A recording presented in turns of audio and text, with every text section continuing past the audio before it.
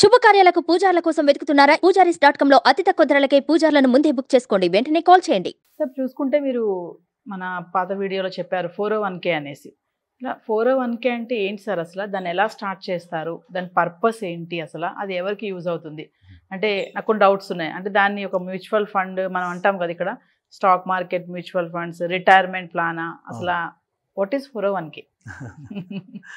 అమెరికాలో పనిచేసే ప్రతి ఎంప్లాయీకి వాళ్ళ ఎంప్లాయర్ ద్వారా ఒక రిటైర్మెంట్ సేవింగ్స్ స్కీమ్ ఉంటుంది.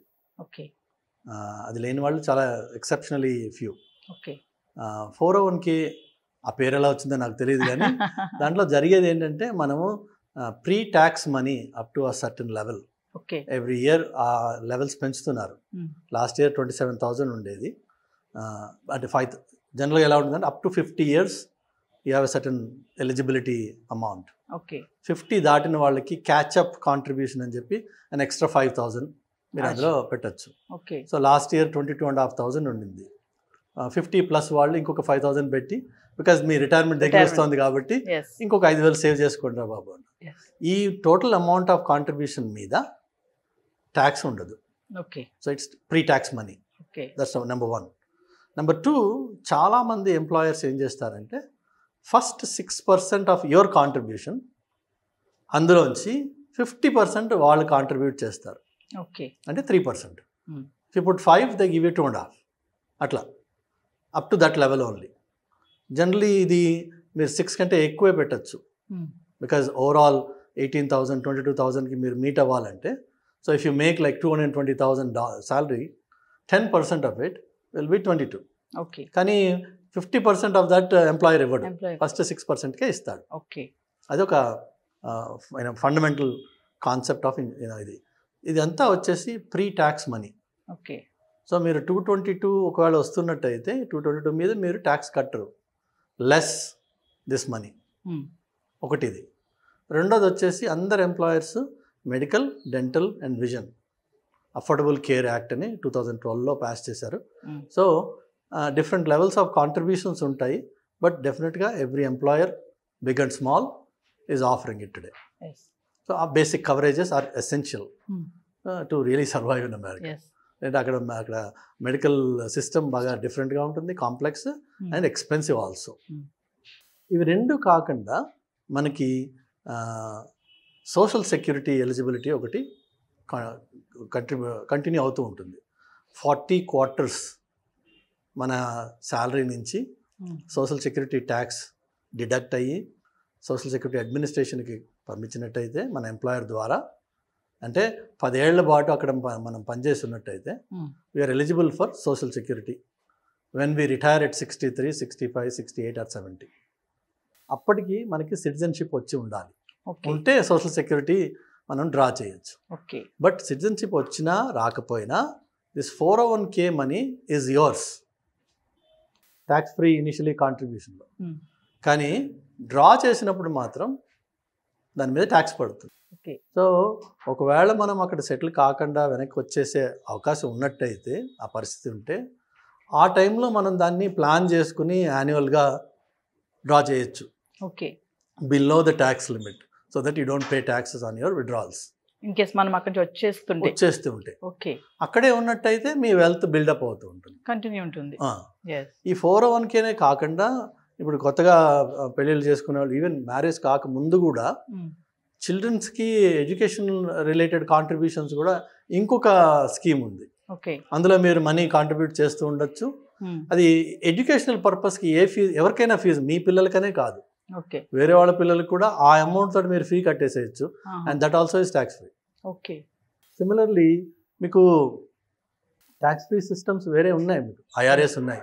డిపెండింగ్ ఆన్ మీరు సంపాదించే సంపాదనను బట్టి, ఇన్కమ్ స్లాబ్ని బట్టి you can contribute in to Roth IRA. Okay. So there are different financial vehicles that one has to expose and explore, understand and manage. అమెరికాలో settle అవ్వడానికి ఈ విషయం, ఇది అవగాహన లేకపోతే అక్కడ ఇబ్బంది అవుతుంది పెద్దవాళ్ళు అయ్యాక. సో ఇప్పుడు 401k అన్నారు కదా, దీని ఎలిజిబిలిటీ క్రైటీరియా ఏమన్నా ఉంటుందా? Everyone eligibility? Only for employees? Only for employees. అచ్చా. అది ఎంప్లాయర్ బేస్డ్ 401k. ఓకే. వాళ్ళు కాంట్రిబ్యూషన్ ఇస్తారు కాబట్టి. అట్లా కాకుండా మనం సొంతంగా ఏదైనా బిజినెస్ పెట్టుకున్నా దాని ద్వారా కూడా మనం 401k కాంట్రిబ్యూట్ చేసుకోవచ్చు. ఓకే. యాక్చువల్గా సొంత బిజినెస్ ఉన్నవాళ్ళు 401kకి ఎక్కువ డబ్బులు కాంట్రిబ్యూట్ చేయొచ్చు.